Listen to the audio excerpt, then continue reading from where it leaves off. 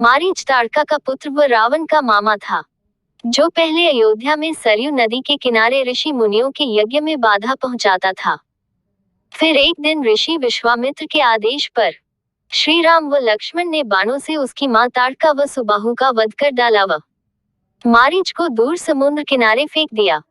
तब से मारीच ने बुरे कर्म त्याग दिए थे, वह एक साधु बनकर रहने लगा था। अब वह प्रतिदिन धर्म इत्यादि के कार्य करता व भगवान शिव की भक्ति में लीन रहता।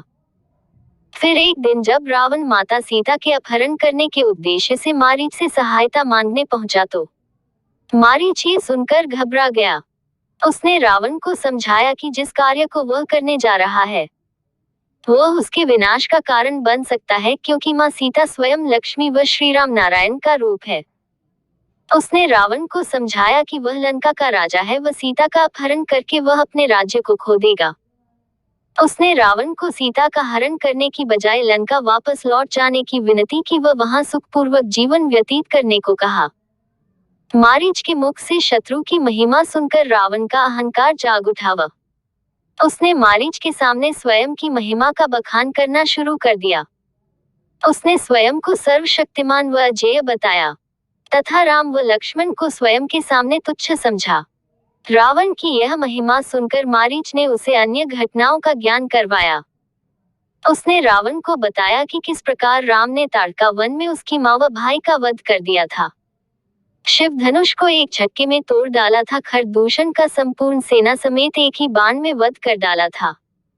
मारीच के अनुसार वे एक साधारण मानव नहीं हो सकते थे, इसलिए उसने रावण से वापस लौट जाने का पुनः अनुरोध किया। इस पर भी रावण नहीं माना व पुनः अपनी महिमा का बखान करने लगा।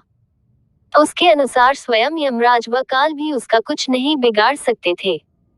वो लंका का ही नहीं अपितु संपूर्ण ब्रह्मांड का राजा था।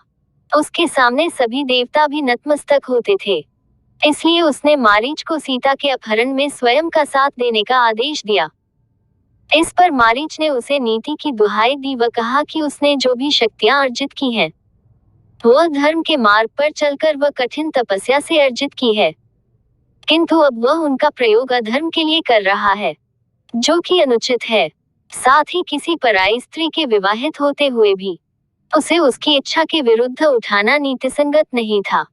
इस पर रावण ने उसे स्वयं के साथ तर्क न करने को कहा व उसकी आज्ञा मानने का आदेश दिया। तो मारीच ने कहा कि जो राजा अपने हितैषियों की बात नहीं सुनता उसका अंत हो जाता है। उसके अनुसार रावण के मंत्रियों को उसको उचित परामर्श देना चाहिए था, ताकि वह ऐसा पाप करने को नहीं सोचता। इस पर रावण ने कहा कि मंत्रियों को राजा के सामने तभी तर्क या परामर्श देना होता है जब राजा की आज्ञा हो, अन्यथा उन्हें राजा की हाँ में हाँ मिलानी होती है। मंत्री को राजा के साथ हमेशा हाथ जोड़कर खड़ा होना चाहिए व राजा को हर बात विनम्रता के साथ कहनी चाहिए।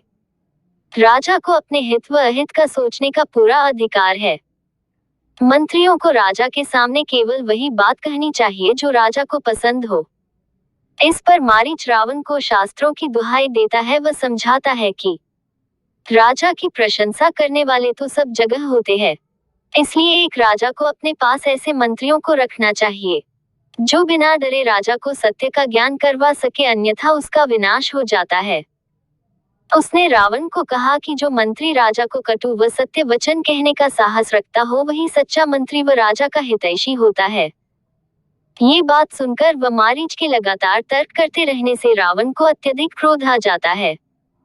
इसलिए उसने मारीच को चेतावनी दी कि यदि वह उसकी सहायता नहीं करेगा तो वह उसी समय उसकी हत्या कर देगा।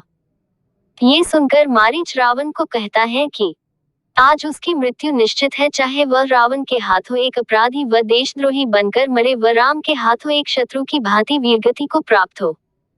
इसलिए वह रावण की सहायता करने को तैयार हो जाता है व उसके साथ पुष्पक विमान में बैठकर पंचवटी जाता है।